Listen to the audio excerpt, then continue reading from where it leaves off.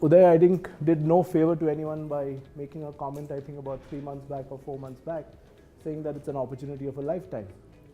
And every time one meets you people or one meets clients, it comes back asking this question: how on earth do I participate in the space of distressed assets when we keep hearing about the fact that this bank has got so and so percentage of NPAs, this is the divergence from what they've reported, etc., etc. So I think there is enough of knowledge which we'd like to impart today. The team here, I think combined would have close to about 55, 60 years of experience in distressed asset space.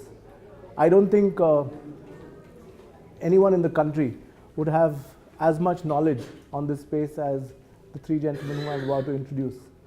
VENKATTU SRINIVASAN, who is an absolute authority in this space of distressed asset, has been with the firm now for about 25, 26 years. Eats, sleeps, drinks, breathes what we call bad loans. Has been, as I said, with the firm for since the early 90s. Has been doing this from the late 90s when we ourselves got into the space. Mr. Srinivasan, he likes to be called Srinivasan with a W, everyone else spells it with a V. Srini, as he's fondly called, runs actually the alternate asset business for us, which consists of the real estate space, the private equity space, and all the other alternate assets, including some bit of the distressed portion. And Mr. DIPAK GUPTA, who's the Joint Managing Director of the bank. I'll actually hand over to VENKATTU to share his experiences on distressed asset, and then sorry. So you have two Srinivasans actually, one, as JAIDEEP said, with a W and the other one with a V. And both of them are experts in their respective fields. I don't know why JAIDEEP mentioned that this area is a boring subject. You know, for us it is an extremely exciting subject really. And you know, all of us are pretty used to working with companies which are healthy, running, you know, galloping. Not many people are used to working with companies like VENKATTU will say, who are in hospitals, you know. And all of these companies who we deal with are in hospitals. The only difference is some of them are in the general ward, some of them are in special wards, some of them are actually in ICUs. And how do you know, extricate each one of these from their respective beds and hopefully make money out of some of them. So we'll basically take you through our own journey for a couple of minutes, and that's what VENKATTU will take you, and then Srini will take you through what actually is happening in this space and what are the opportunities in this space and how can we probably look at investing money in this space. So quickly, let me just take you through just one slide. So back again, is it really an opportunity or is it really a risk? And you know, you've seen a steel plant, so that's one of the steel plants which is up in NCLT currently. And just to give you quick numbers, this is a steel plant with an accepted debt level of about 56,000 crores. And the IRP has invited bids for this. There is an H1 bidder who probably some of you know. The H1 bid is 35,200 crores. So total debt of 56,000 odd crores and an H1 bidder who's willing to put in, you know, close to about 35,000 crores. So what's the opportunity for us in this space really? So basically the H1 bidder is saying, I'm willing to pay you 63 cents to a dollar for this plant. The plant may be valued whatever it is. We're not even talking about that. Now let's take another bank, which is one of those banks in the 56,000 odd crore field. This bank has a debt of 830 crores. This bank is saying, I want to get rid of this debt. I don't want to carry it any longer. You know, the bidding process has happened. Someone has paid 62 cents to a dollar. So how much will you pay? I want to get rid of this debt often. So there are basically three options for this bank. A, it waits out. If it waits out, then it gets its share of 62%, which means for a debt level of 830 crores, it gets itself 520 crores. The rest it just writes off. The second option really is for it to sell the debt. That means the 830 crore debt, it will just sell to someone, whoever is willing to buy, pay cash down for this debt for whatever price, or it normally, how it has been in the past, sells it in the form of a security receipt really. So there are asset reconstruction companies you must have heard of, which will buy this debt off this banker. So if it does an outright sale, yeah, someone will pay cash down. Normally, if the bank had waited, it would have got 520 crores because of this equation, yeah, 56,000 to 35,000 and 830 to 520 crores. If it is selling to someone cash down, will someone pay 455 crores for this? Would you buy it? Any one of you? Would you buy this debt 830 crores for 455 crores? Mind you, the H1 guy will give you 62%. This guy is saying, I'm willing to give you 455 crores. So would you sell it? Or would you invest in this? And let's look at the returns. Yeah, it looks very attractive. Good Lord, 455 crores, 520 crores.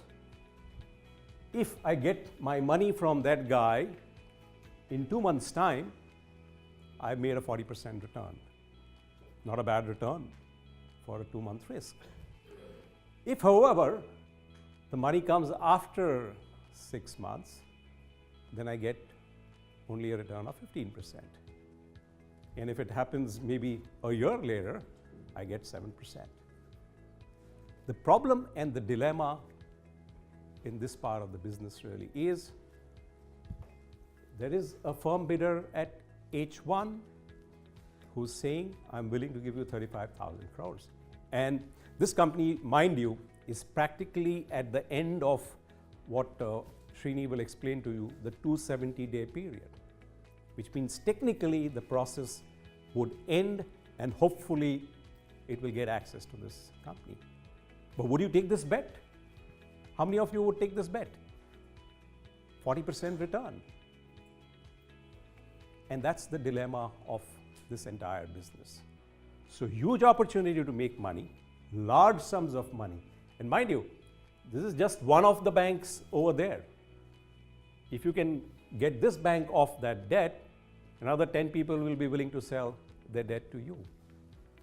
And if you think that company will pay you in 2 months' time, you made 40% return in just 2 months' time, one hell of a lot of money. But life isn't so simple, and that's what we want to take you through, you know, the travails and the tribulations of this, but there is a lot of opportunity in this business, yeah. So we've basically divided in 2 parts. Venkattu will take you through how we've been through some of this journey, and we've got an experience of now close to about 17, 18 years in managing distress and distress debt.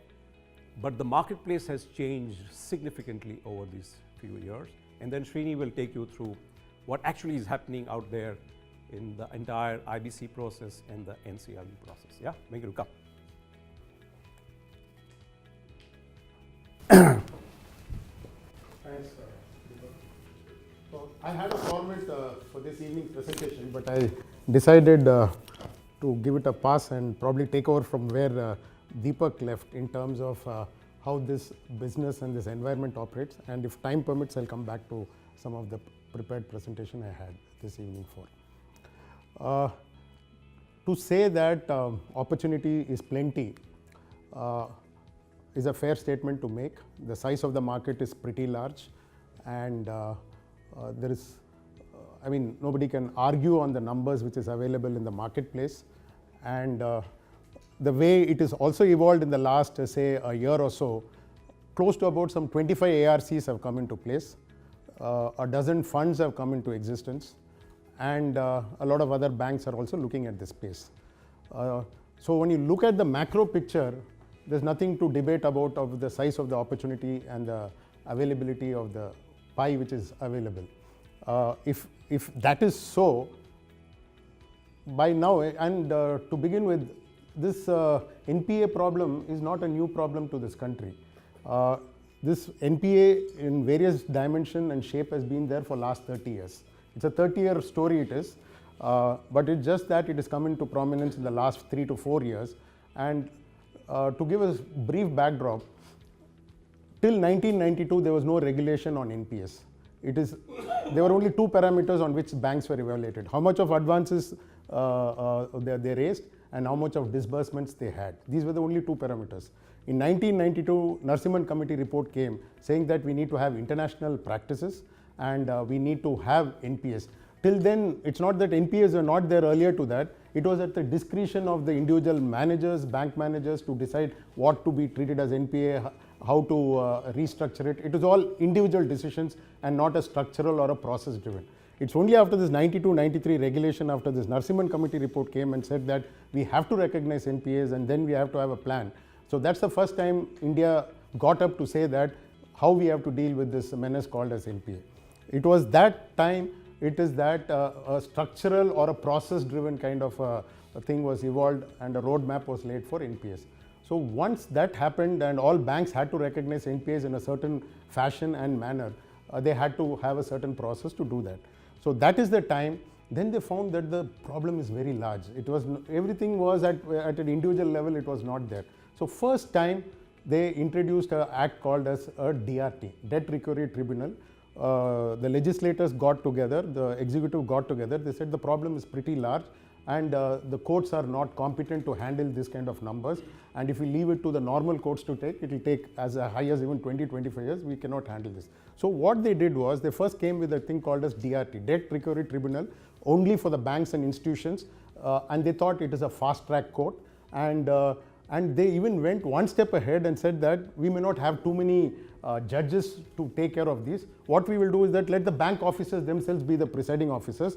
At the end of the day, the recovery has to come from the banks, and bank officers themselves, let them sit as presiding officers, so the recovery process could be fast. So I mean that kind of an opportunity, if suppose somebody has to say that you are the player and you are the judge or you are the umpire, it was always possible. So we thought that in 95 when it happened, DRT is going to change the landscape of NP, if at all NPAs are there to handle it. So what happened? From 95 to 2004 and 5, that 10 years period, ballooning of NPAs happened, and we had a system called as DRT, but where we failed. What we failed was, we didn't have competent people to really take charge of it. So what they did was, there used to be a lot of presiding officers coming and going, competence was not there, and we lost the 10 years, and as a result of which, then we came in 2003, 2002, and then we realized, boss, DRT is not working. So what do we do now? So then it was Yashwant Sinha was the finance minister, said these courts are not working in this country. We have to come with a legislation without the intervention of the court. If you could come with some legislation which can take care of the bank's NPA problem, most of it would be resolved. So he came with a brilliant thing called a SRINI Act. SRINI Act was introduced in 2003.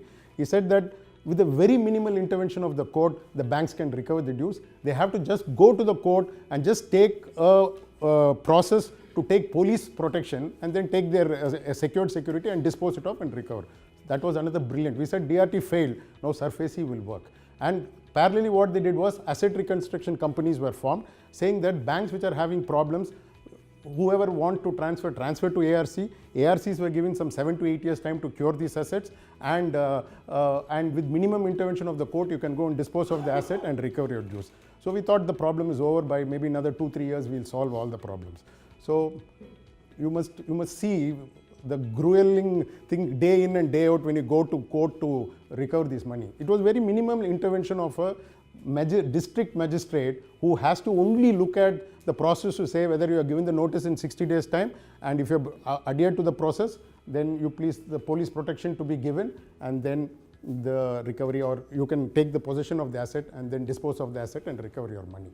That gentleman who was sitting over there as a district magistrate thought he was a Supreme Court judge. He started getting into the facts of the case and used to take 3 months, 6 months, 9 months, 12 months, we defeated. So DRT came, 10 years we failed. SRFACI came, first 2 years at a retail level it started working, at macro level we failed. So for 7, 8 years we tried everything, nothing worked. So NPA started ballooning, and by the time 2010, 12 happened, we came to the final conclusion, even this SRFACI Act will not happen. Then when the new government came in 2014, they said we should find another solution, and that is how this new legislation called NCLT has come. Prior to that, prior to 1990, we had BFR. So we started with BFR, then we went to DRT, then we came to SRFACI and ARCs, and now we come to NCLT. If you look at it in isolation, as a practitioner, when I look at it, all of this could have worked. Where we miserably failed was in the execution part of it. So DRT also was a fast track court. The same provision which we talk in NCLT of 180 and 270 days was that legislation was there even in DRT, that the presiding officer in 180 days should dispose of the case. It's a very simple common sense that somebody has borrowed money and somebody has lent money. This is not like some manufacturing where you have to get into details, you find out quality and all. You have borrowed money, you have not paid money, so you have to pay money, that's all. These simple decisions to take took us 7, 8 years, 4 years, 5 years to resolve, and that's why the SRFACI Act came in. So the point I'm trying to say is that NPAs have always been there for the last 20, 30 years, but we tried different solutions to solve this problem, and till this NCLT point, we have failed miserably, and there's no two ways about it, and that's where we are. So our only thing is that NCLT is a platform which has come into existence, and I sincerely hope and pray it works. If this doesn't work, I don't think anything else in this country can work. So with this thing, I will just go through the kind of the investors, what probably you should look at, and what are the challenges which probably comes in, and the opportunities which are there for everybody to look at as for investment as such. If you look at, there are different kind of, prior to that 2006-07, again when this SRFACI Act came in, a lot of new investors came in. It is not that the investors which we are talking today are there. Even in 2007-08, after the SRFACI Act came in, you found a lot of foreign institutional investors coming in. ADM Capital came in, Clearwater came in. There were 2 foreign banks like Standard Chartered Bank was there, Deutsche Bank was there. So quite a few people tried even during this time.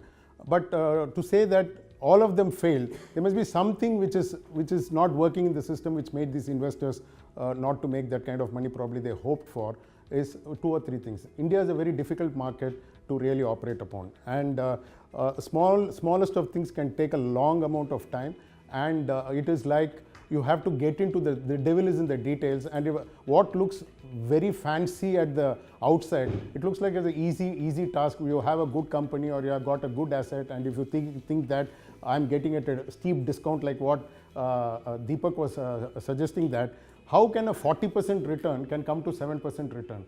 It's just because of the lapse of time, nothing more than the amount remains the same. If the time passes by in a jiffy, you lose the value, which is what exactly happened in many of the cases, is that we lost time, and lost time because for a lot of small frivolous things we have lost time, and that has happened in the last 10 years. So all these guys who came, shut shop and went for the simple reason value was there, but they could not execute on time. So it is not to say that opportunity is not there, but what you have to really look at is that how you unravel this mystery and what you do to really get this value out. In this period, we have been in this period for the last 20-21 years, and our journey started not by investing and making money. We started, our story was a bottom-up approach story. We started with doing recovery services. This is at the bottom of the pyramid we started. We didn't start at the top where we invest money and then try to play around. We worked for some 25-30 banks during that point of time we worked. We used to take recovery mandates from each of the bank and then recover whatever we could recover and then get a fraction of whatever we recover as our fee. So we went on to do this for 4 to 5 years and understood the travails and the pain of how difficult it is to recover, and even more difficult how to recover the money after you recover the money from the principals. So at 2 levels we struggled to recover money, and that 4-5 years stood us in good stead to realize that the same effort, if I can put that in investment, there is a better opportunity. The effort remains still the same. The recovery is still the same, but the returns are different. But that 5 years learning experience made us to get into investment opportunity. That was during the 2004 to 2006 phase. that was the time, as I told you, SARFAESI Act came in. Banks thought all the NPA yields are over. So whatever stock they piled up and they wrote off, it was like a clearance sale they started selling. It was that 2004 to 2006 was one of the better times actually in my history of 18, 19 years. The best period was between 2004 to 2007 in terms of the investment thing. So all the mucked up stock for the last 20 years they had, which they provided, and written off accounts which they couldn't recover, they just dumped it, because that came as a profit to many of those banks, because it was a written off account completely. So they sold, we got it, and as I said, temporarily it worked. The SARFAESI worked for 2-3 years. So 2004 to 2007 was the best period of SARFAESI, so we could recover that money. And after 2007-8, they mastered the art of how to manage the system, the borrowers or the system they started managing. So it became increasingly, it became difficult. So that was the story between 2004 to 2007. Then 2008 onwards, after the Lehman crisis which really happened, the industries had their fair share of a problem going in. And then we said that the banks also, then by that time they realized a lot of things they left on the table, so if somebody else can recover and make that kind of a money, I can do it myself. So what is that? They have special skills which we as an institution don't have. So those kind of clearance sales were not happening. So 2008 onwards, we have to go again from bottom up. It was not a portfolio kind of approach. We had to go account by account. So then we started working the real restructuring work. We started doing from 2007, 2008 onwards. We used to get into those companies and then try to find out how we go about unraveling or how to sort out these issues. So this is where I would suggest that investors to really apply their mind and see when they are investing, what is that you really need to look at it. Many of these companies, if you look at it, there are 2 or 3 kinds of situations which normally happen. There are companies which are coming out of the problems. I normally say that it's like a hospital situation. It is like there are companies which surgery happens and then recuperation takes place and they're coming out of that situation. So those are there are companies who get into a kind of they say that at this level of EBITDA, I cannot service this debt. And in this 3 or 4 years time frame, companies, banks, many of the time they have no choice under the NPA guideline to provide. So the moment they provide and write off, then they have some cushion to take a reasonable kind of a haircut and settle largely with the borrowers. So they used to settle those cases. So those guys don't have money. Actually, they don't have money. Even that discounted, even if they have to settle at 30 or 40% of the face value, they don't have money to really pay that money. That's the time we started getting into this company to see how we can do that. So at this level of restructured debt, or we call it as one-time settlement with the existing banks, you look at those, say 100 rupee debt becomes 40 rupees. At 40 rupees, with the EBITDA which they are able to generate, will they be able to service the debt? So the first question is that in many cases, you still need to add some more thing into the system for it to be serviceable. It could come in the form of capex, it could come in the form of working capital, and it could come in the form of some supervisory role or management change or CFO, those kind of stuff you have to do to make it operationally viable. So that is the space we started getting in from 2007-8 onwards. We got into that space and then started closely looking at the companies. And then we said that whether this company is viable or this company is not viable. Even today when we look at cases, I keep saying that this is like, it is for searching for a golden needle in a haystack. When 100 proposal comes in, you hardly pick up 5 or 10. The most of the time which goes in our appraisal process is not about selecting, it is about rejecting. This case will not work, this case. So your ability to choose what is right is what makes you successful or failure. I think that is where investors need to really focus upon.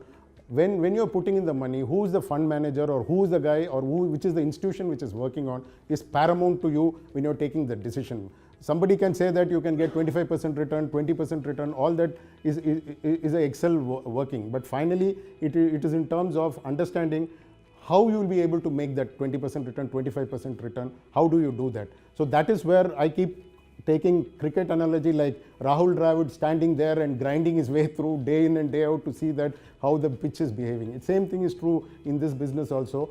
I just beg to differ with JAIDEEP on saying it's a very boring business. It's a very interesting business. It's extremely, please believe me this, it's very exciting. Every day is a new day. Every day is a new day, because it is like in many ways you also have, it's like a child. You have to deal the promoters in many of those cases. Those guys don't have processes, or they don't believe in processes. So you have to get that, you have to regiment them for a process. So that's where you start. You have to get that discipline into the system and say that this is how you have to do that. So many times I'd say that when they come to us, they come at 18-20%. I say that in 3 years from now, when you go back into the normal banking system, you should get the loan at 9 or 10%. That is because the track record you establish, the process you put in many of our turnaround cases, when you look at it, customers who came to us and paid some obnoxious rate in today's parlance have come back to a AAA kind of client to get that. It's just sheer discipline and process. And that takes a lot of effort and time to get this thing done. So this is where I would suggest investors saying that it's not the asset, or it is just not the numbers which are there to be seen. How you will be able to modulate that process, how you will be able to get the process right to get it happen. And you have to take complete control of the situation on almost on a daily basis to see what is happening in that company, and then decide it. If it's like an armchair, I'll get the report after 3 months, I'll see what the turnover is there. Many times you will not succeed. So you have to ring fence what you're lending to, whether it could be in terms of cash flow, it could be in terms of assets, and get that part of it right. And then monitoring and adding value to the customers is very, very critical. If I could, with the thing of Deepak, if I could share a name, there is a cement company which was just about a debt which was there in the banking system as NPA for almost close to 10 to 12 years. It was an NPA in the system. After we took over, I will not say that much of the credit should come to us that we did what we did, but we did have a reasonable role to play in that company. Today it is a market cap of about 3,500 crores is the market cap of this company. When it came to us, it was less than 300 to 400 crores, which was just struggling over there. It has gone into a 10x kind of a situation in a span of I think the market gave that valuation last 2-3 years, but that account was there with us for 7 to 8 years. It was there with us. At every point of time, we had to closely think. And the other value addition which we bring in, it is also about debt aggregation. It is not the other biggest problem where many of the people face in this country is that getting all the debt aggregated is very difficult, because you have different constituents who have lent the money to the company. There are public sector banks, there are private sector banks, there are foreign banks, there are NBFCs, and within the public sector bank you have different, and all of them try to pull in different directions. And finally, to get everybody and consolidate the debt is next to impossible. So what we normally do is that in these kind of restructuring, we put our foot into the door and get into the company maybe with 1 or 2 debts, and then try to work around the system and do whatever best it takes for you to maneuver or work around the system and try to do a restructuring. So that's why it takes it takes an enormous amount of time. So it is not an easy job when it comes to restructuring. And if suppose something goes wrong, then you have to go back to judiciary. When you do 10 cases, there's always a possibility 1 or 2 cases you can go wrong and you have to go back to judiciary. The judiciary, less said the better, because of the problem we have. It's an island of its own. And the commercial understanding is something, when you go to the court, you'll see how frustrated it is. The same court, somebody for some 2,000 rupees will be arguing, and you'll have 200 crore case lying over there. If you go to High Court, you will find that kind of anomaly, and you'll be sitting over there from morning to evening to get your judgment. So those kind of problems you'll face in the court. Commercial understanding of the judiciary system is even today is found wanting, and you have to struggle with. So what you have to do, you have to see that it doesn't go to court. Especially when you're working on restructuring platform, you have to take enough care to say that what is the probability of this case going to court. If it goes to court, you will lose enormous amount of time. What Deepak said on 40% to 7% will happen because of the delay in the court proceedings. And many of the time, the value doesn't go up. Actually, the problem is that on one side, your time is going out and your value is coming down. It's a double whammy for you which is happening. If you lose your plot on time, you have lost value.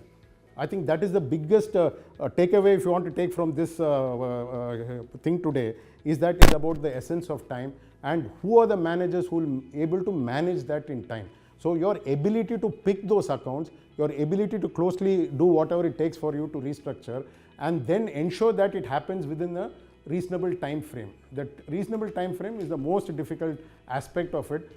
It's not that we have to say that in all the cases we have succeeded in getting in time frames. We have also, in many cases, we have been found wanting, and it has taken us a case which we had taken in 2006. We got the first money in 2017. It took us 11 years on an investment, doing whatever we could do, and the first drop of money coming in is in 2017, and 11 years it took.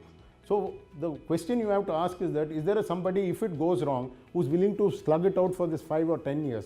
The institutions many times fail. That is where the institution comes in. Individuals may come and go, but if the institution has got that kind of bandwidth to have that, in our team, we have a lot of people who have been vintage, like what JAIDEEP said, of 20 years, 15 years. This is a very highly specialized field. Sometimes when we go to banks, especially public sector bank, when they ask, what is that you do so differently than us, and why, just share your experience with us. I said, sir, it's not that we have extra skill or we are some Superman or anything. In fact, many times you guys are much, much better than us. Only 1 or 2 things which we do, probably which you are not doing. One is the vintage of time we spend on these accounts. 2 is that in terms of the focus we bring in. I think these are the 2 things. And many times what happens, in at least in the past, many banks never used to have the best people put on these kind of assignments. Like he said, it's a boring, distress, it's like a punishment posting. Many times when we started in 2000, when we started this business, Kotak probably was one of the only people who put their best people into this activity.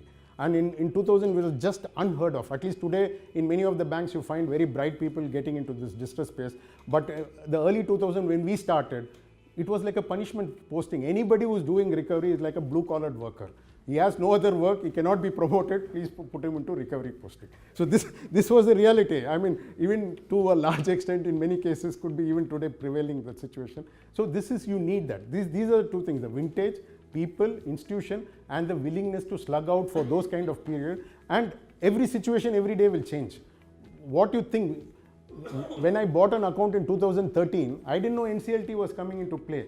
The way I would have structured the transaction, or the way I would have looked at the transaction, is different from the investment I did in 2013. Now the 2013 investment, I have to now bring it to the mold of 2016-17 and say that how it will play in the NCLT platform, and how I will not still lose the money or I'll make the money. So you have to some extent, you have to have some far-reaching looking, but even otherwise, it's not always possible to see what will happen 3 years, 5 years from now. But what you can be sure about is that how you will be able to navigate, how you will play your cards, how you will be able to work around the system. Because in many cases, if you are a majority lender or you are a majority investor, you have a different kind of a strategy. If you are a minority, you hold only 5% or 10% of an investment in a conglomerate, then you have a different kind of a strategy. Your strategies change according to the positions you hold and the percentages you have. So your game changes accordingly. So when I entered, I would have been 5%. By the time in 3 years, 5 years from there on, I would be 50-60% of the company. So the way I entered the company at 5%, I cannot play the game when I am at 50-60%. I'm a more responsible citizen to be there when I hold the debt of a 60% debt. So your strategy and your execution keep changing all the time. That is why, JAIDEEP, this job is very interesting. It changes every day, and every situation it changes. So that's the nutshell. I don't know how much time I have got to do that, and okay. Maybe just to add to the timing piece which Venkattu mentioned, one of the classic examples of timing and stress is the building. I think you should share that. It's a Venkattu first invested in a small debt held by Dena Bank of this building. It was all of 35 crores. Yeah, the total debt against this building was close to about 75 crores. So he bought one small debt of 35 crores, thinking that he will be in a position to settle with the owner of this building. And that was when? That was 2005. 31st December 2005 he entered. First. He finally got control of all the debt of this building only in 2012. And that was after he paid not 75 crores, he ended up paying 450 crores. Yeah. So it took 7 years of legal processes, of time value, significantly higher money before we actually got this building. And this is a classic example of why time is not deterministic in this business. You can still say this building was 450 crores in 2013, and maybe today it is worth 1,000 crores. So you've ultimately made some money. But that's not the point. May not necessarily be lucky in all the cases. You know, back to that example which I gave you of that Bhushan 1. On 23rd March, Tata Steel had said that 35,000 crores I am willing to pay. And they practically would have had that company within 24 hours. But if you had made the mistake of buying that 830 crore worth of debt for 450 crores also, 1.5 months down the line, you still would not have got any money, and there may not be any visibility of money for the next 6 months. Yeah, that's the problem. So opportunity is huge, but the processes are so very complex, yeah, that what final return you make depends a lot on the amount of effort that really goes in. And with that, let's go on to Srini Just and one, talk about. before Srini comes in, only one thing I would like to ask this elite audience. What is the return expectation you have if suppose you were to invest this money in this business? What would be your return expectation? I just want to have a feel of it. And why? 20%. Upward of 20%. And why? I don't know anything less than 18%. Okay. No, I If I take extra number, then I might as well make more money. no, I just want to ask you a simple question. Does that business generate 20% to pay you 20%? That is how the structuring that we will do, the institution that we will get into, the haircuts that we want. Because the efforts that you put in afterwards to make it realize that kind of money, having seen some of those assets, you will need upward of 20% for really to motivate you to go and do that. That's how I would. So actually we started with that. Actually when we started with that. We wanted that, probably we got that as well. But as the market evolved, actually what happened was, what we found it difficult. I would just like to share before I hand it over to Srini, is that time goes away. If you, when you're asking for a disproportionate, there are only two ways you can get that return, what you said of 20% plus. One, it could come out of the operations, and one, it could come out of the equity. Because if the value of the enterprise value is not there today, and maybe 5 years you turn around the company, the equity value can be there for you to get the 20-25% return which you're looking at. But from the operations per se, for you to get that kind of a return is impossible to begin with. Second is that, or it could come from a steep discount which you get from somebody who's selling the debt to you. If you get that steep discount from that person, probably then you have got that arbitrage play for you to make that money. But in reality, what happens is that over a period of time, market, everybody knows what it is. Okay. At the end of the day, if you're buying from even a public sector bank, they also have their CVC where somebody has made money on your investment or what you sold at a 3x or 4x. They are also come under a scanner. So it's not always possible for them to leave too much on the table for them to say that, okay, I'll give you a steep discount, you take it and go and do whatever you want. So over a period of time when it started, it was possible. But as the market became reasonably perfect, that kind of a steep discount was not possible. That is number one. Number two, second, what was the issue was that when you're talking about equity upside, then again it looks at what kind of companies you're looking at for equity. Many of these promoters who you are dealing with, if you're dealing with companies less than say a 500 crore market cap kind of companies, they don't allow you to make money on the equity side at all. They know what exactly the value of that is. That the moment they know that the turnaround has happened and they know that the takeoff is going to take place, they will frustrate you. They'll say that I'll pay your debt at what, 18%, 17%, 19%. Please don't ask for money on equity. If you're asking for money on equity, there's nothing for me to give. These are the numbers. And numbers, they can do whatever they want to because the control is still there with them. So you lose that equity value on the upside unless it's a large market cap, say 1,000 crore upward, then there is a market play for them as well as for you. When you're looking at companies less than 500 crores or 300 crores kind of market cap companies and you're trying to do restructuring, equity upside, more often than not, you will not get it. You must be prepared. That is, if you get it, it is at the benevolence of the promoter, nothing more than that. Otherwise, 9 out of 10 guys will never allow you to take that money. I'm saying that. So it is. That's why you have to reduce the promoter to a minority to expect 20%. No, but Some equity and structure it so that. no, but it's very difficult. I'll tell you this, all these ADM capitals of the world, all that with this international practice. That is why India is a very unique market. India is a very distinct market. So all this conventional logic many times don't work over here. So our promoters are far more on the ground, they know how to handle these situations. So it's very difficult to make those.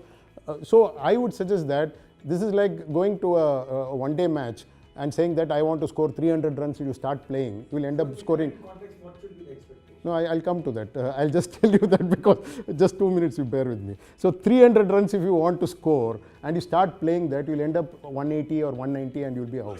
You should go with a modicum expectation of return, and then you see how you build it on it and say that. So then there is a game. That is why many times I say that don't go with a return expectation of 20, 25. My friend SRINI will always say that, that doesn't mean it doesn't make sense to do this business. Probably he's right. I mean, there's no two ways about it, but it is not possible. I mean, and as a portfolio, it is not possible. Maybe you'll have 1 or 2 cases, probably you'll make that money. But as a portfolio, if you say that I want 1,000 crores of investment, I have to make 25% return, in my humble view and survey, may not be possible unless you get to certain kind of companies where you make money through equity. On the operation side, to make 25% return. So coming back to your question, what is the expected return? Somewhere from 15 to 18% you start with. And then you see on the equity side, that is why I put a lot of premium on debt return. So you say that I want that is many of the time the bait most of the promoters give you is that they say, okay, you take 12% coupon and then you take on the equity. Equity very many times, as I told you, you'll be found wanting. So it is better you take at 15 and 18 and keep the equity upside. If you are able to hit, you have hit the ball over the fence. If it doesn't happen, at least you can walk away with your 15 to 18% return. So this is my humble survey. With this, I leave it to Srini. Yeah. Or you can. At the macro level, the ARC model with NCLT coming, do you think it is still relevant? Because now from the bank's perspective, it doesn't make sense to sell any debt to ARC.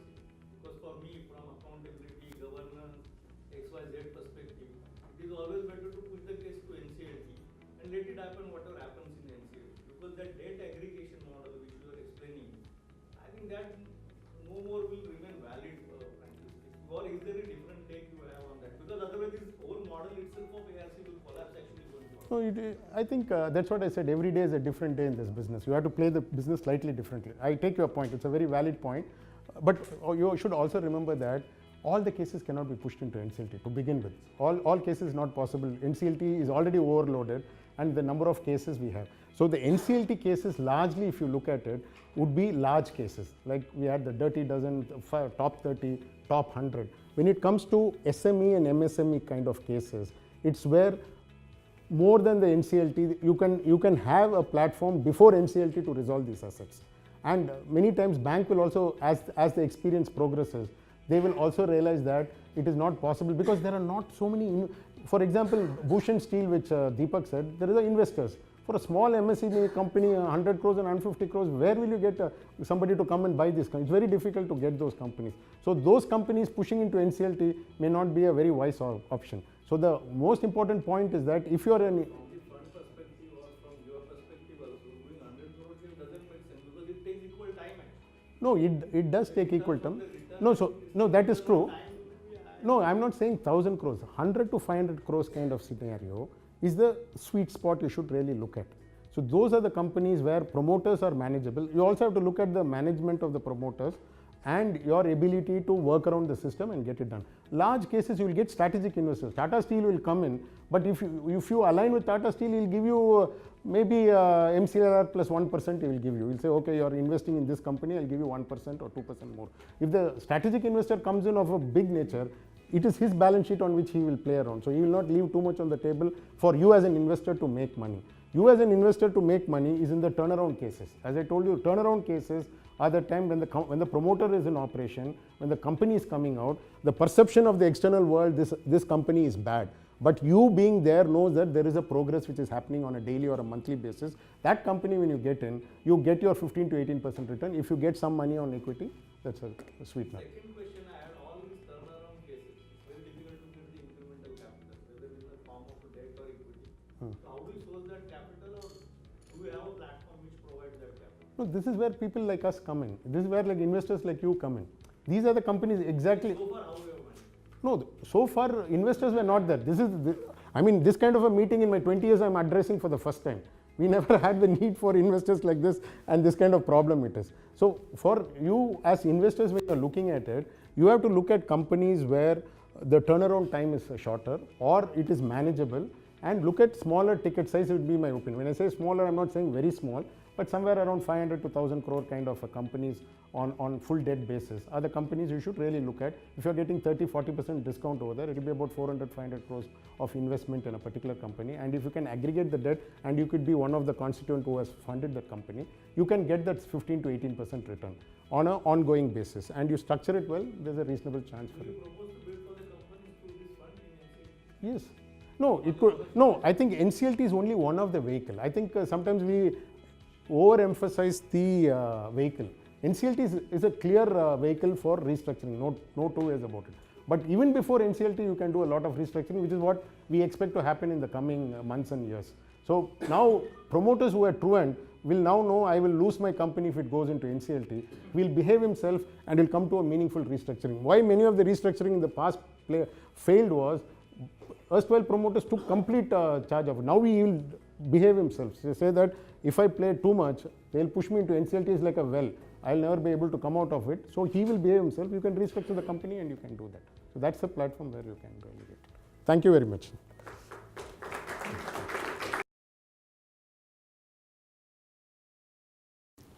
I think all of us, the regulations, as Venkattu said, we have had 3 versions of the insolvency regulations in the country.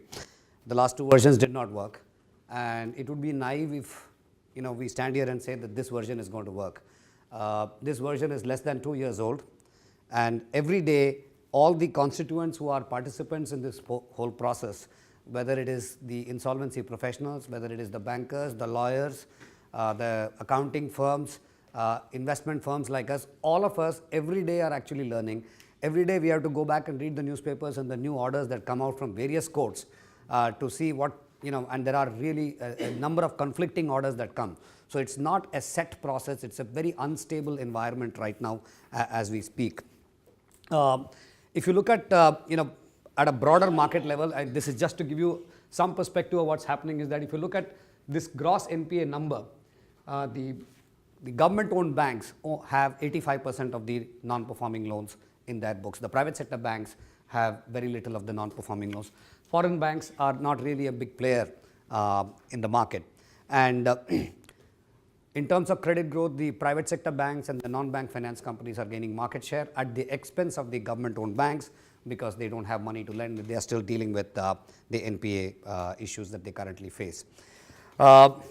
This is the point that Venkattu was emphasizing and Deepak had mentioned earlier. What is the average time taken for recovery? Our history and our track record so far is just a little better than Brazil. So let's not kid ourselves that this is going to be a great opportunity and you're going to put money, you're going to make a fantastic return. Average time for recovery is 4 years or greater.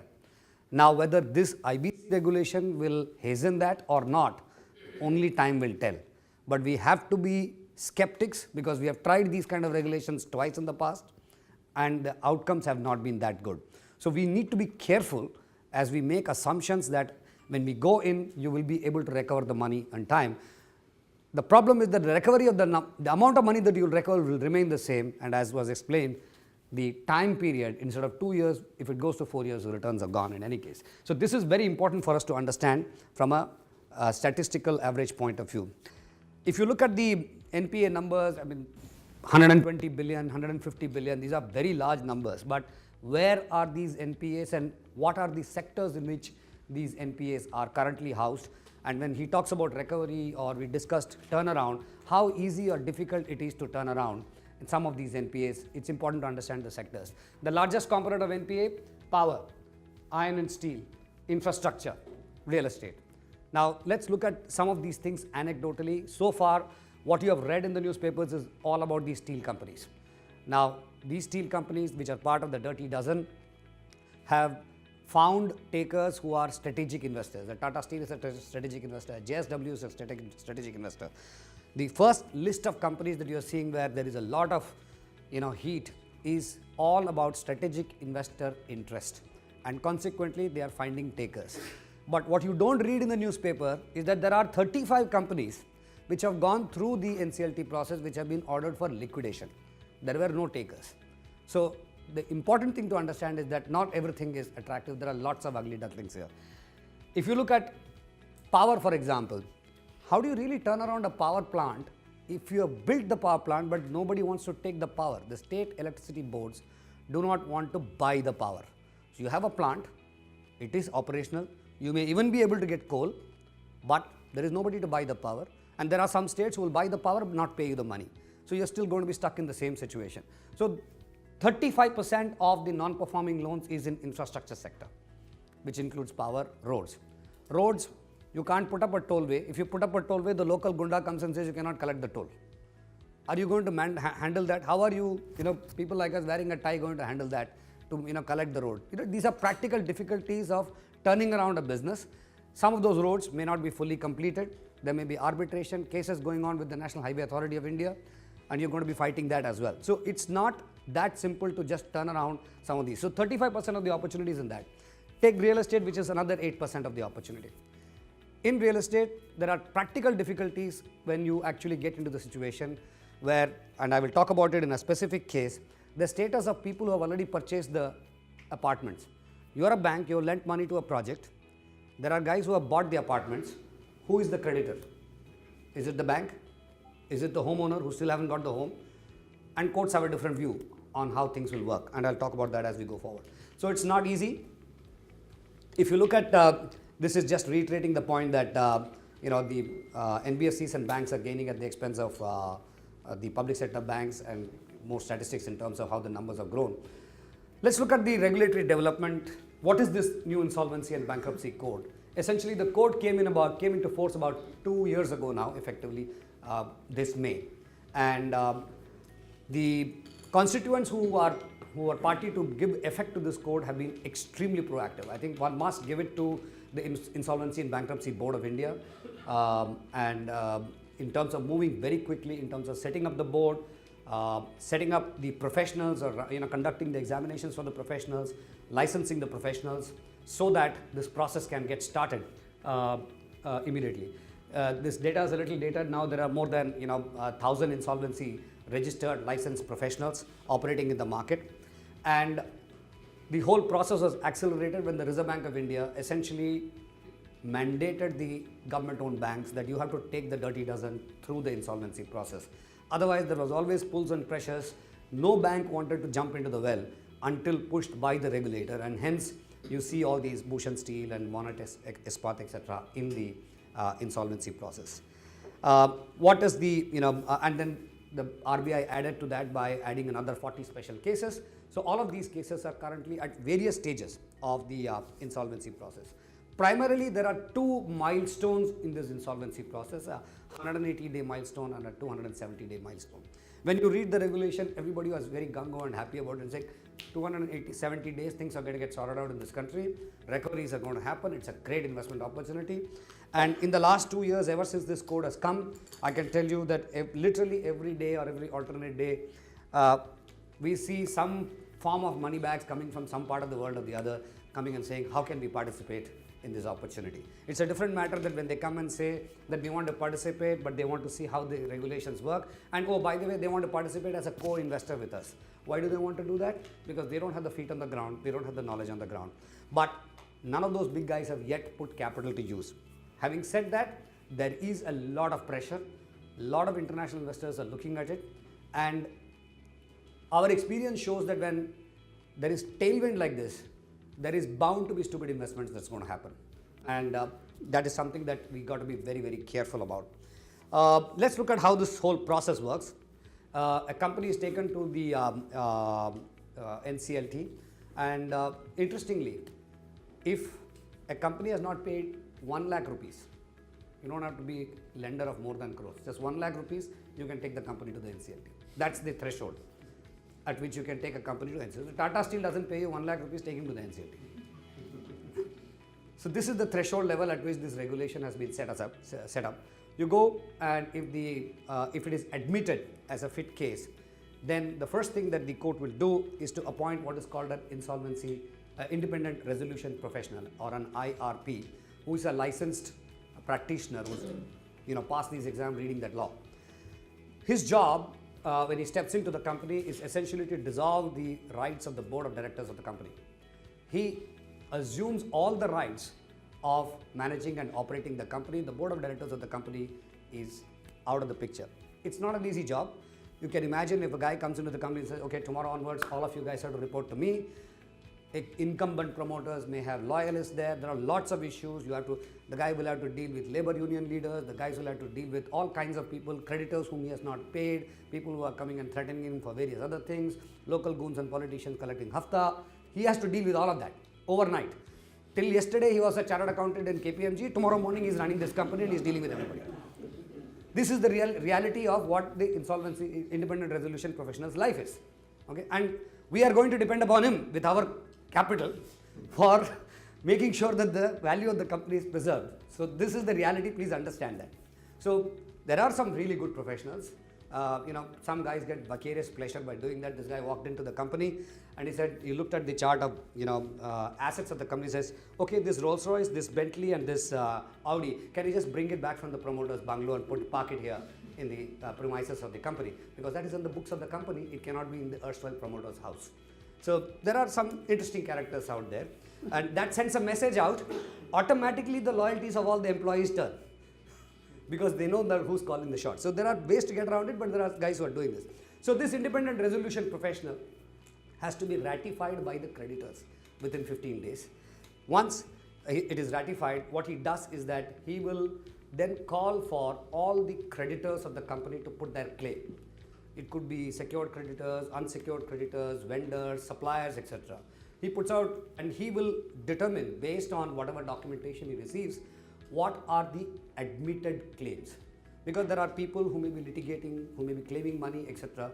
So there is a discretion in terms of, he has to apply certain principles on the basis of which he has to determine who is liable to be paid, and he has to crystallize the liability of the company.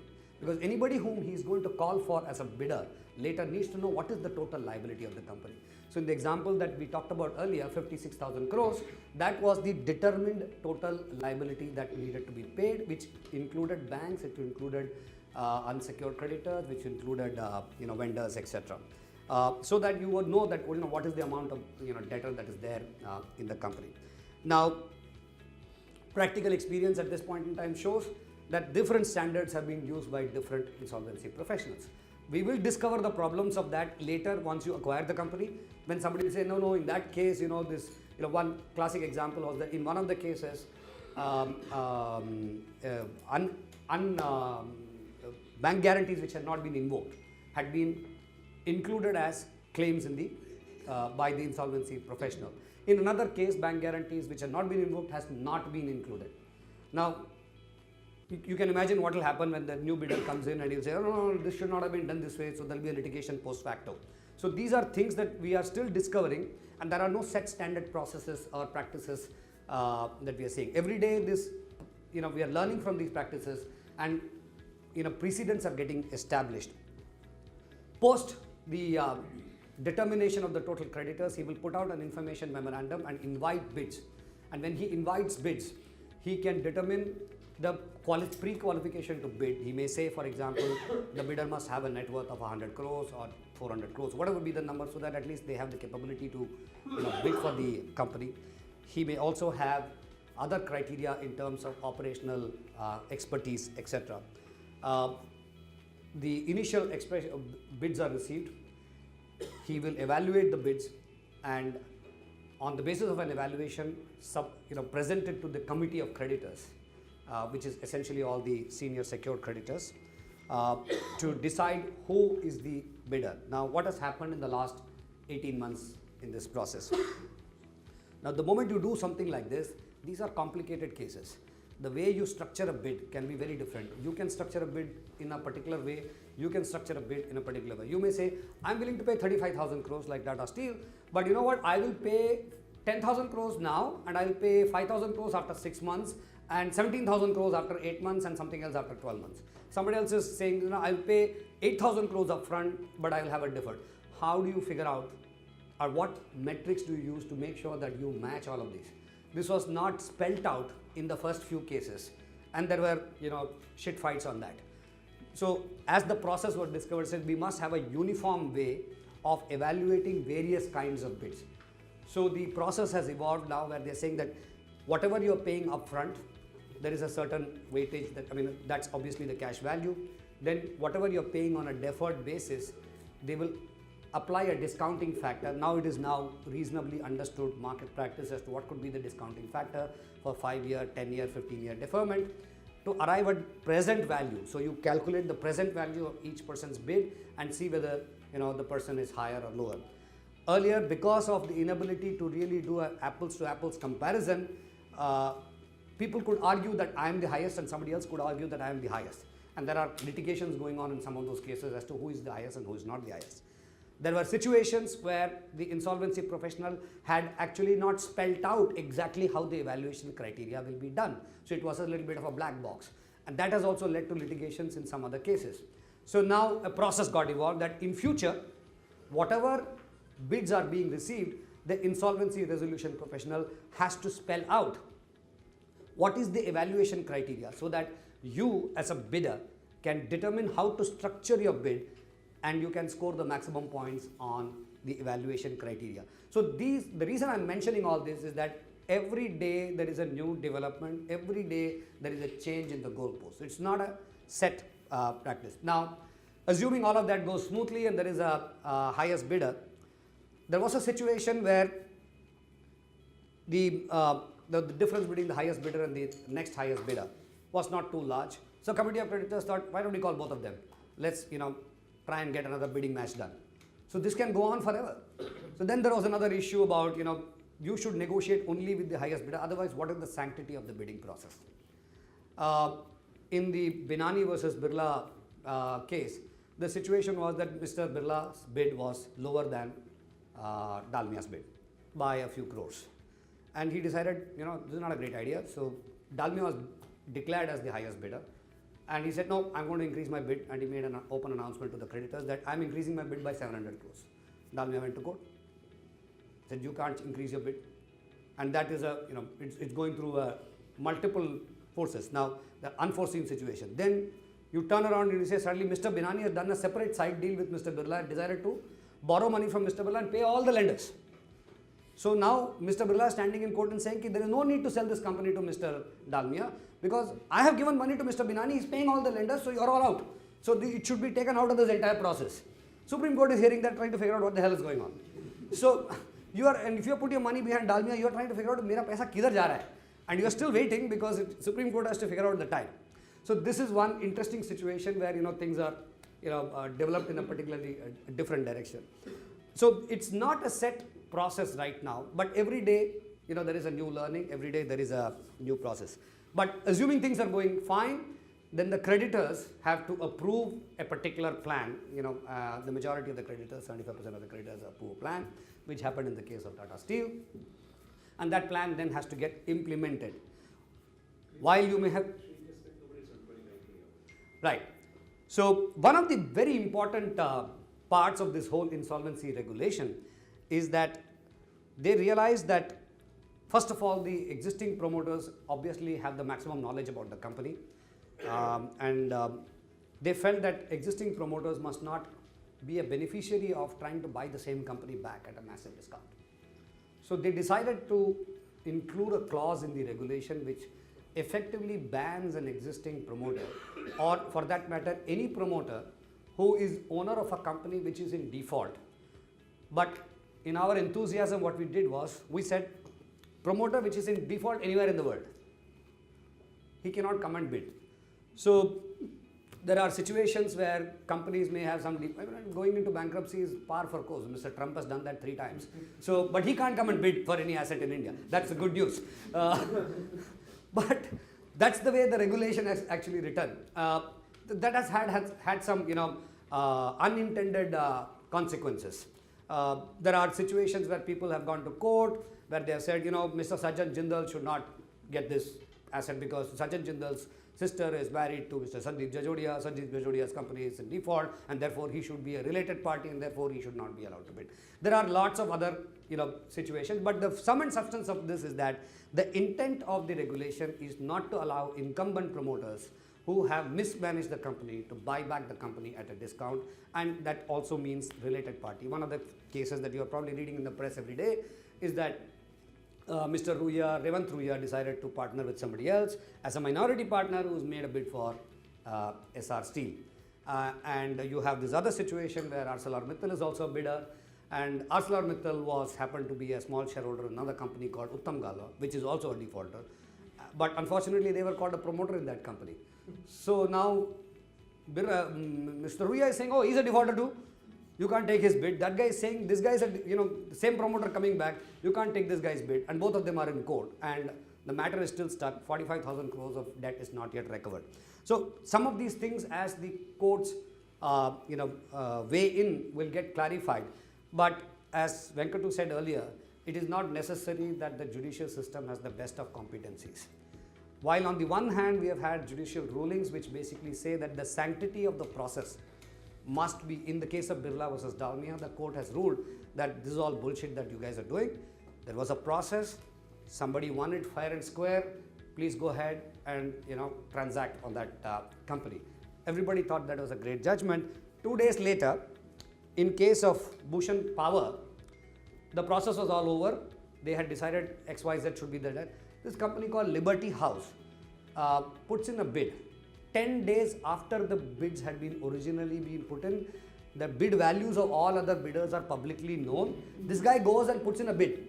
He says, oh, I am an international company, this, that, I didn't know, I couldn't understand communication, nonsense. 10 days later, and the court is saying, please entertain this fellow's bid. Now, how do you form a basis that here is a court which is saying that you followed a process fair and square, despite the fact that Mr. Birla is offering 1,200 crores more than what was originally recovered, please go sell it to the original guy. And here is another case where 10 days later, after reading everybody's bid in the newspaper, the guy is saying his bid should also be honored or so there is no set pattern or sanctity. There are different standards of way in which the judiciary is operating. So the moot point here is that the law looks great. It's made great copy with the newspapers. It looks like when you say, oh, Tata Steel has got this and Mr. Jindal has got that, at the underlying level, it is still a lot of muck. It's not a straight path. It's great because strategic owners of companies who want to buy businesses, who want to keep it for permanently for the next 25 years. Mr. Tata can afford to get this company 6 months later or even 12 months later. Why? Because here is a steel manufacturing plant. The guy has got enough iron ore there. He can buy 2 more steel plants to feed that. It's right next to his iron ore mines. For him, it's a fantastic buy. Whether he gets it 6 months later or 12 months later, doesn't matter. But if you're an investor, you want your goddamn money back in 24 months. So there is a misalignment of how your timing is going to work with strategic investors. So what you see as saying, these things are happening every day, so that means things are starting to move in the country. Answer is no. It is still, good strain. It will stop in every station. And you never know who will get on and get off. So, that being said, it's a good start. Progressively, the direction in which the regulations are going and the manner in which it is being executed gives us probably a ray of hope that maybe finally this time around we got it right. I guess the biggest part of it, as Deepak mentioned, is the fact that in the earlier two situations, the incumbent promoters could come and frustrate the process of recovery. Here you have taken the incumbent promoters out of the equation legally, and that to some extent in terms of frustrating the process is limited. But in the initial cases where there are multiple interested parties in the same asset, it's going through its pangs. We talked about this timeline. So what happens when some of these court cases happens? What happens to this ticking clock of 180 days and 270 days? You know what the court said? Oh, there was a 40-day hearing period in between. It doesn't count in that 180 days. Comes back to the same point of timing. You are thinking 180 days, उसमें बीच में 70 दिन add हो गया. So now after 180 days, when you are thinking of the 270 days, there are more litigations. Another 360 days could get added in that. Please bear in mind, because the courts are saying this is sort of a moratorium period. This is that 2-minute timeout in T20s. It could become some 20-month timeout also. We talked about some statistics in terms of the companies that are going in and which are the industries. And as you can see, there are 30 companies which have been ordered to be liquidated. But please also see the second last column. There are companies which are going through various kinds of appeal. So it's not as if the National Company Law Tribunal's order is final. A challenger can go into a national company law appellate tribunal, so that will take its own time. And of course, the great Supreme Court is always there, assuming the government lets the Supreme Court have a judge. Yeah, so these are some of the, now if you look at the recovery numbers, please look at this column. So it's not going to be uniform. There are situations where the realization is 5%, there are situations where the realization is 51%.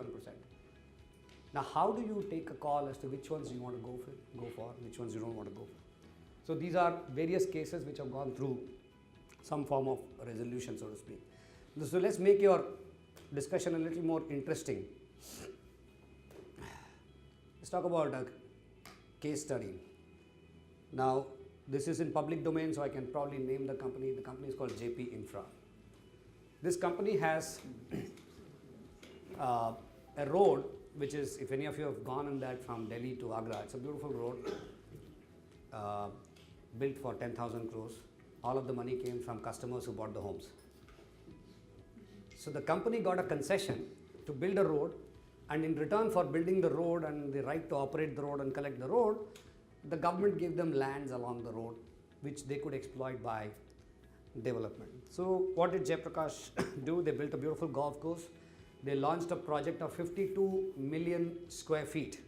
To give you some sense, it's 250,000. It's 52 million square feet is probably all the buildings of Hiranandani in Powai, right? That's the size of the development in one location, and the company decided to launch all of 52 million square feet in one day. So and the best part is that the great punters in Delhi went and bought it.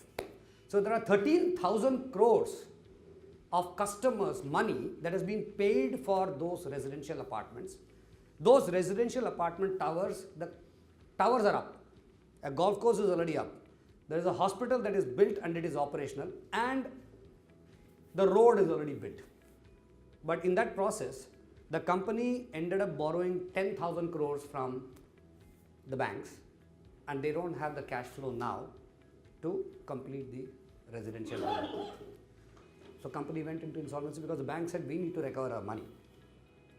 So they took it to the insolvency. Now, according to this regulation, when the independent resolution professional decides to call for all the claimants or the creditors of the company, which could be lenders, which could be vendors, which could be contractors, but homeowners are not creditors. He said, sorry, your number is at the last. So if you liquidate everything in the company, what it means is that all of these other guys will get the money, and homeowners, if there is something left for you, will give you. That's what it means in short. Homeowners said, this is not going to work for me. They went to the Supreme Court. Supreme Court looked at it and said, oh, there are so many people, 32,000 people, forget about your rules. Let's figure out how you will do this liquidation or whatever you want to do. Come back and tell me how these guys are going to get their houses. And then we'll deal with what else you want to do with the banks. This is the sum and summary of what the Supreme Court is saying. Now, the committee of creditors, they have no obligation towards completing the home. They are only interested in getting their money back. Why should they look at, other than the fact that there is a sword of Supreme Court hanging? So the bid is, anybody can come and bid for this company and decide what you want to do. Now what does the, if you look at it and say, okay, if I were to go into this company, what can I do with this as a bidder or a buyer? There is a built up road. That road generates every year 260 crores of revenue. So, but the amount of money that you need to put in just to complete the rest of the construction is 3,600 crores. And the amount of money that the customers have to pay as balance is another 3,600 crores. You tell me, even if I were to put in 3,600 crores today, you think the customers are going to pay the 3,600 crores so easily? They'll say, "Pehle chabi do, baad mein dekhenge." Right? So you will have to make sure, and the court is not going to tell them, please put your money. So you have to take the call that I have to put in the 3,600 crores first, complete it, and hope that, as I start showing progress, customers will start paying. And all right, so you put in 3,600 crores, the customers paid 3,600 crores. All of that 7,000 crores went into construction. What's in it for me? I'm not here to do charity. Right? Say, there's this road. So what can you do with the road? Well, maybe you can sell the road. So if you sell the road may probably be sold for about 3,500 crores. All right, if you sell the road for 300,000 crores, the lenders are sitting there, they're asking for 10,000 crores. So the lenders will take away the 3,500 crores, then they still want another 6,000 crores from you. So what's in it for you? How would you do this transaction? So then you turn around and say, all right, so here's what I'm going to do. I'm going to find a buyer for this road of 3,500 crores. I'll take his money and put it into this project. I'll ask the customers to pay the balance 3,500 crores and I will complete the project, and I'll tell the lenders, you know what, there are acres and acres of land next to the highway, further out. So those lands are there, you take that against your 10,000 crores and go home. This is in substance the bid. The lenders are getting land in interiors of Uttar Pradesh, which they have to somehow handle, own and sell and recover their money. Homeowners will get their homes, and somebody who's going to put it in, do all this in construction and finishing, will have to make money out of the construction contract or maybe some of the unsold portion of the homes. And remember, it is 52 million square feet. For 52 million square feet, for the completion of the work, based on our estimates, and if you have to start work on all of that together, you need 100,000 labor on site.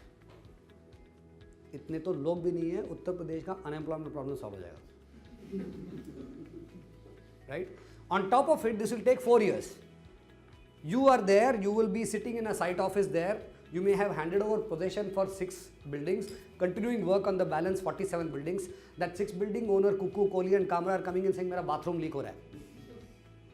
Those are the headaches you're going to take when you become an investor and owner and control of this company.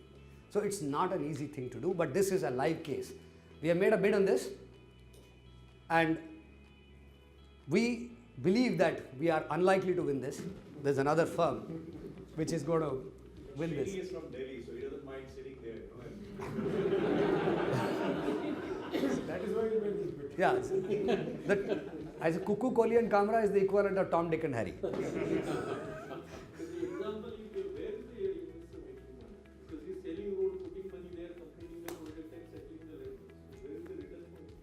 And why must somebody should do that? Good question. Did I put any money? No, I'm saying even if somebody else is doing it. So let me explain. These are the road and hospital asset. Okay. This is being sold. And I found another investor who wants to own the road forever. He's saying, I'll pay 3,500 crores. So you asset strip this and sell this off. You put that into the residential. Now, if I have to do all this and listen to Kuku, Kohli and Kamra, there is 7,000 crores of construction that has to be invested. So I'm not going to do it for free. I'm going to take 5% of that.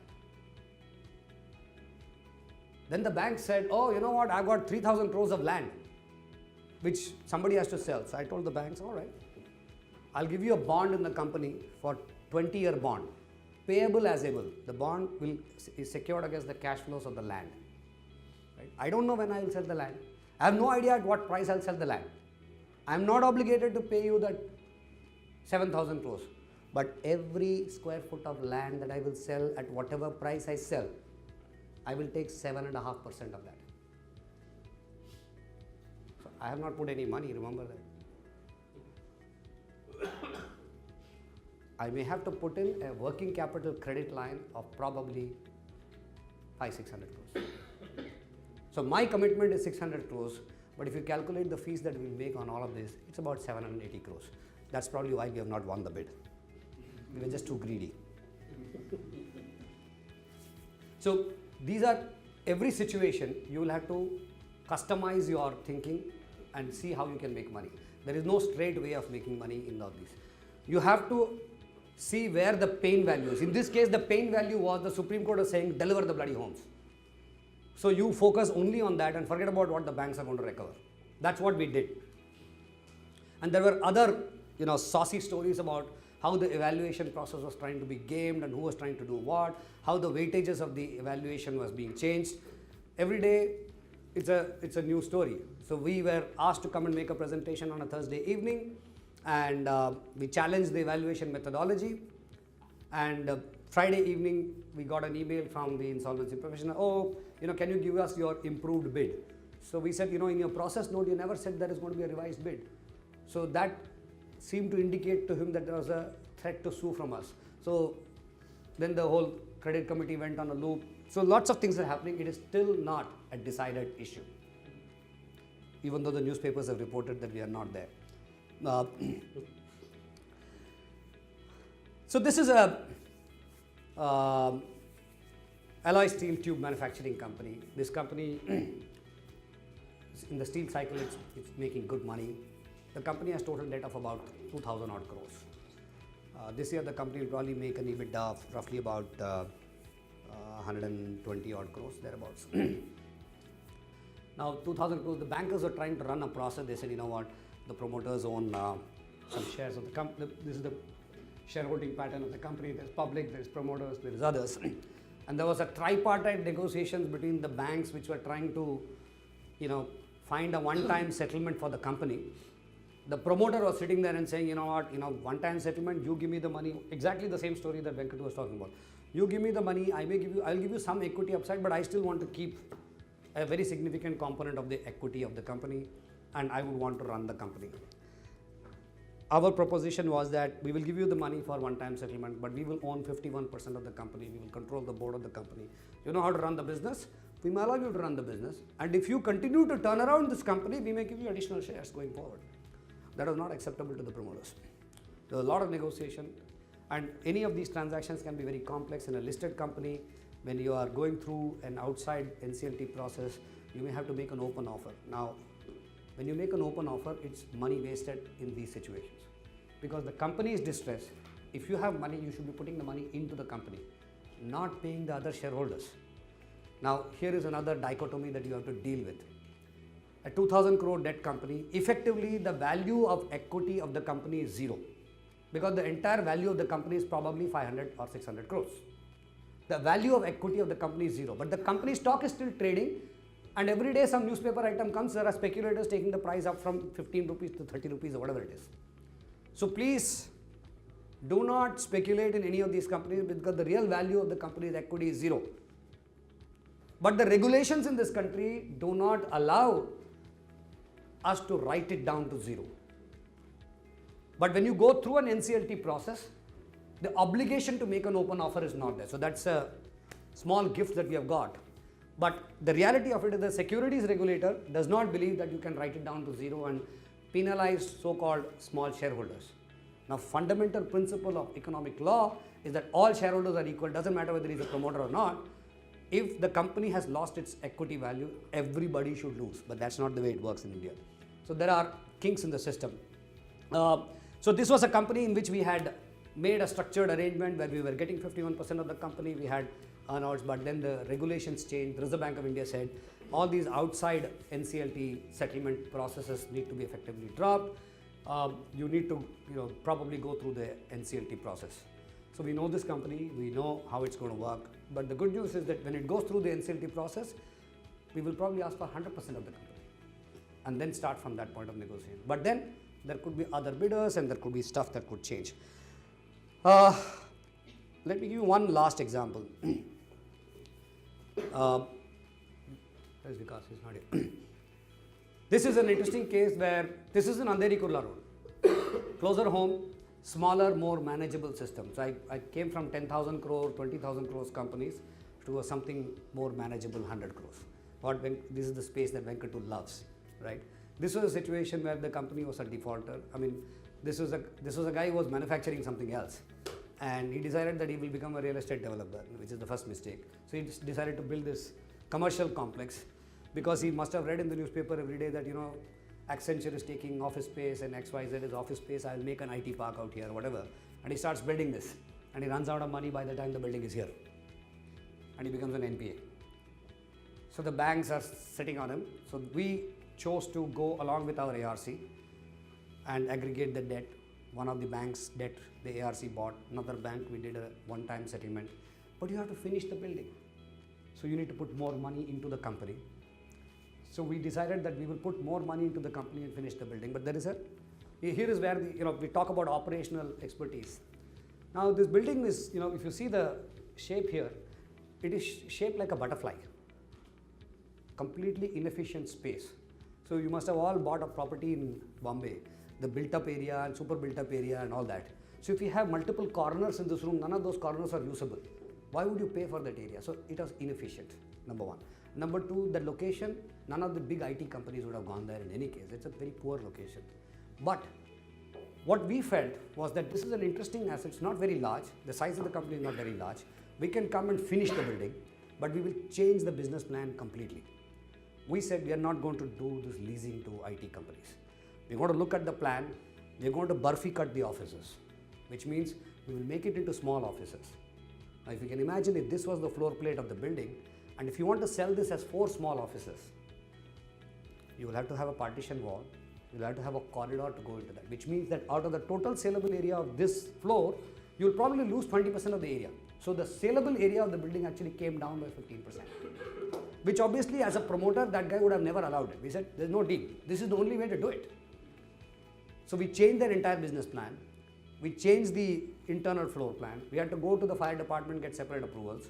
We had to change the wirings because each of the small offices would want to have their own air conditioning.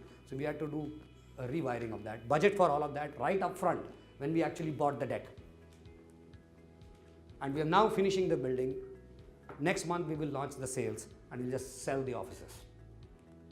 And we hope in this case to make a 23% IRR. Even here, we were supposed to have launched it last month. So the time issue is still there. We are hoping to launch it next month.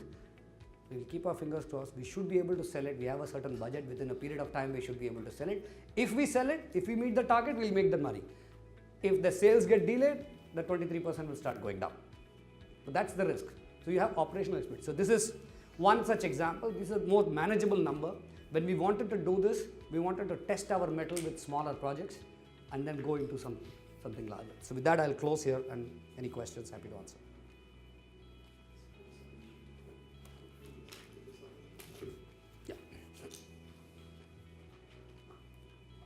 Yeah, so let me just add one more page. So if you look at the bucket of opportunities, there are 3 kinds of opportunities, which is summarized what you said. You could have a good company, you could have good management, but you could have a bad balance sheet. Right?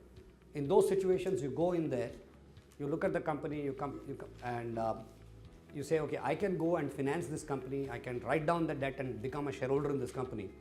I'll still have potentially controlling interest, but I will work with the existing management of the company, but I will put my own checks and balances. Probably the financial controller will be mine. The auditor will probably be mine. When I go in there, he may have surplus assets, he may have got farmland, farmhouse, get rid of all of that, right? And drive the efficiency in the company. There's another case where the company is good, don't trust the management, and obviously the balance sheet is broken. There you go in with the clear view that we will get into this company, we are going to have nothing to do with the existing management, we are going to put our own people to run and operate this company. Those are situations in the context of the industries in which NPAs are there right now.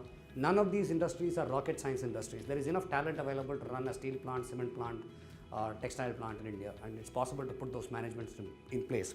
That's what one will do. But again, control your destiny, get your controlling interest. That's what we would want to do. The last one is, you don't like the management, you don't like the balance sheet, it's a pure asset play, and you just take the asset and you do what you want to do with the asset, which is the example that I gave you. It's a pure asset play, you take the asset, strip it, sell it, do whatever you want to do. So I think if I were to summarize that, opportunity is there, be cautious, there is no need to rush in. Most importantly, we've just seen 40 cases. There are 1,200 more cases to come. This is a long tail, and there is enough food on the table to eat. Let things settle down. We are watching it, and as soon as we believe that the opportunity and the timing is right, I'm sure we will come back to you. But don't rush into a decision right now. Don't get carried away by what you see as great resolutions. These are not great. People have not seen the full life cycle of an investment and recovery. I think what Venkattu and Deepak have seen in their lifetime, nobody else, in our opinion, have seen in the Indian financial market, of investing capital, working hard at recovery, and actually seeing what the recovery is. So if somebody comes and asks you, this is a great proposition, would you like to put money? Just ask one question, have you seen the full life cycle? क्योंकि हिंदुस्तान में पैसा लगाना बहुत आसान है, बहुत आसान है. One of our very smart LPs says, India is a market which is a very challenging market.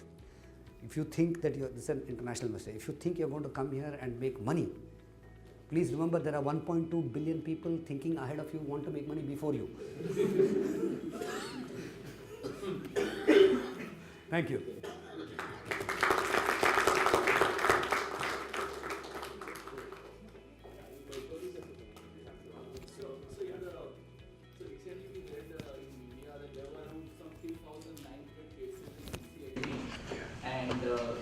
As sir rightly mentioned, that one needs to wait for some time before the process sets in. So you think like the top 12 has already happened now, NCLT 2, NCLT 3, so wait, meaning before the process is streamlined, you think it will take some 4 or 5 NCLTs for investors to actually wait and get a good process in place so that there are no more revision of judgments of Supreme Court or any other authority? Yeah, that's what Srini said. Let's wait for some time. And mind you, the first 12 are not through yet. Yeah, they are not. The next 40 again are not through yet. And some of them are very close or have actually crossed the 270 days. But you see, the opportunity is huge. Go back to the big picture number.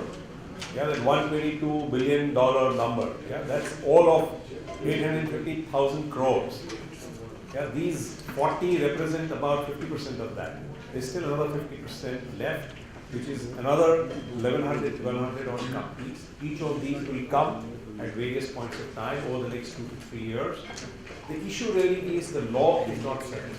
Like we saw, the promoter issue is not settled, the corporate guarantee issues are not settled, whether you will get interest or no is not settled, whether you get the full company or part of the company is not settled.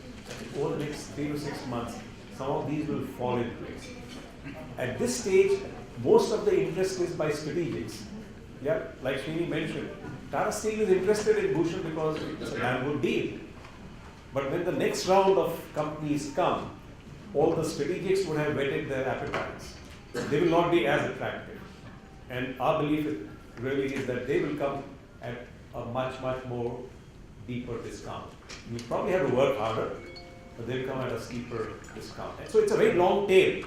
So there is no hurry. I think only one thing I would like to add. I think we presented a very gloomy picture, sorry for that. The only thing is that, one thing we also need to realize that the first 5 companies, which is almost on the verge of resolution, hopefully in another 3 to 6 months it will happen, is hoped to recover about 77,000 crores, which is close to about 55% of the recovery. Out of the first 12, 5 they're talking about it. In the history of BAFR in the last 30 years, nowhere close to that. So in terms of the legislation, if you look at it, it's one of the finest legislation. Chapter 12 you would have heard about, all that is there in place. I think we have found wanting in execution, hopefully not in this case, because here we have left the intervention of the court. Again, NCLT is just a defining authority only to pass what the COC has said. So to that extent, if we restrict ourselves, it's a great platform. And if it works, even if it takes time, all these litigations are bound to be there, whichever it is. If it can get resolved in 3 to 6 months' time, it's still a very good resolution because the time is the essence. If you are even 1 year, you are not able to do in 2 years. Because normally it has taken in the last cycle, if you look at it has taken 5 to 7 years for us to resolve an account. In this platform, even if we resolve in 1.5 years or 2 years, it's still a big step forward. Okay, thank you. Thank you. Thank you.